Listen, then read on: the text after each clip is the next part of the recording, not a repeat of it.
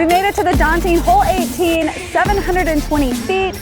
That is 219 meters. A par 4 for MPO, par 5 for the FPO players. With this strong wind, I'm taking a very stable mid off the tee.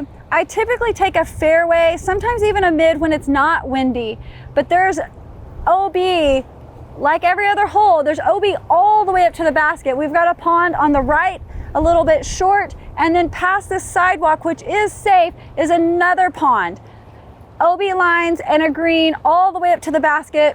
We're gonna continue just to try to make forward progress with this headwind and to try to keep all of our shots landing safe on the fairway.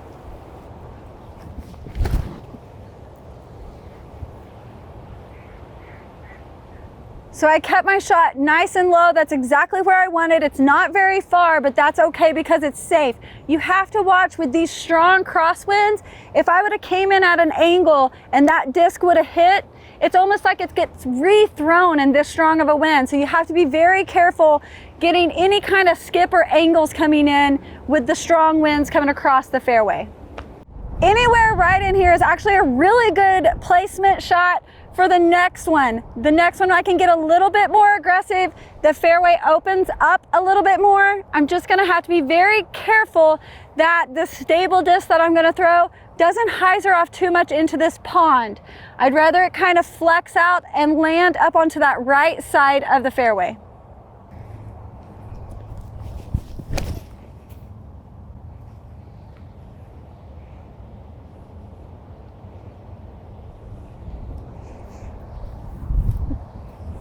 I got lucky with the distance. It did hyzer back just like I was afraid of, but the distance was good. This is a great spot. Anywhere in here is where you want to land for that third shot to approach. I'm going to try to play this very safe. We have OB just over the top of the basket, and the basket is set up on an incline. So that means I'm going to have to try to get a little bit of a nose angle up, and that can be dangerous with this big crosswind.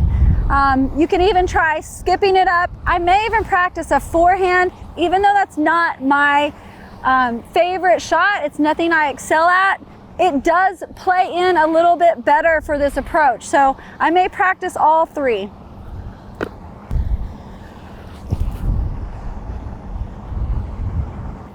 Anytime you throw up a disc, that wind coming from right to left is going to get underneath the disc, so it pushed it over.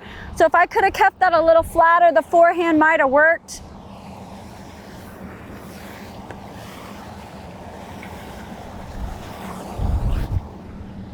Woo! Okay, back and down, back and down.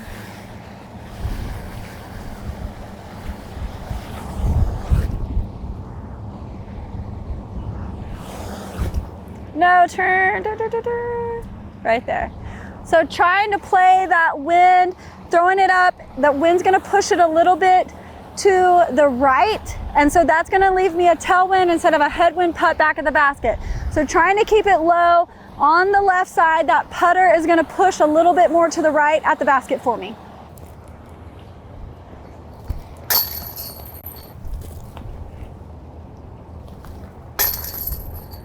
Anywhere landing up on the wood chips is going to help kind of slow down the approach shots coming in, but you can see that OB line right along the edge all the way around. So very dangerous basket to approach.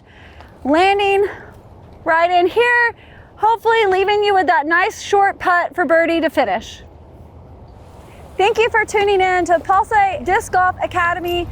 I hope I was able to kind of go over shot selection and mainly the angle and what you want to throw into the headwind and keeping disc nice and low, watching the angles coming in to the fairway as well as around the basket. Hopefully this will help you out if you ever have to play in these kind of conditions.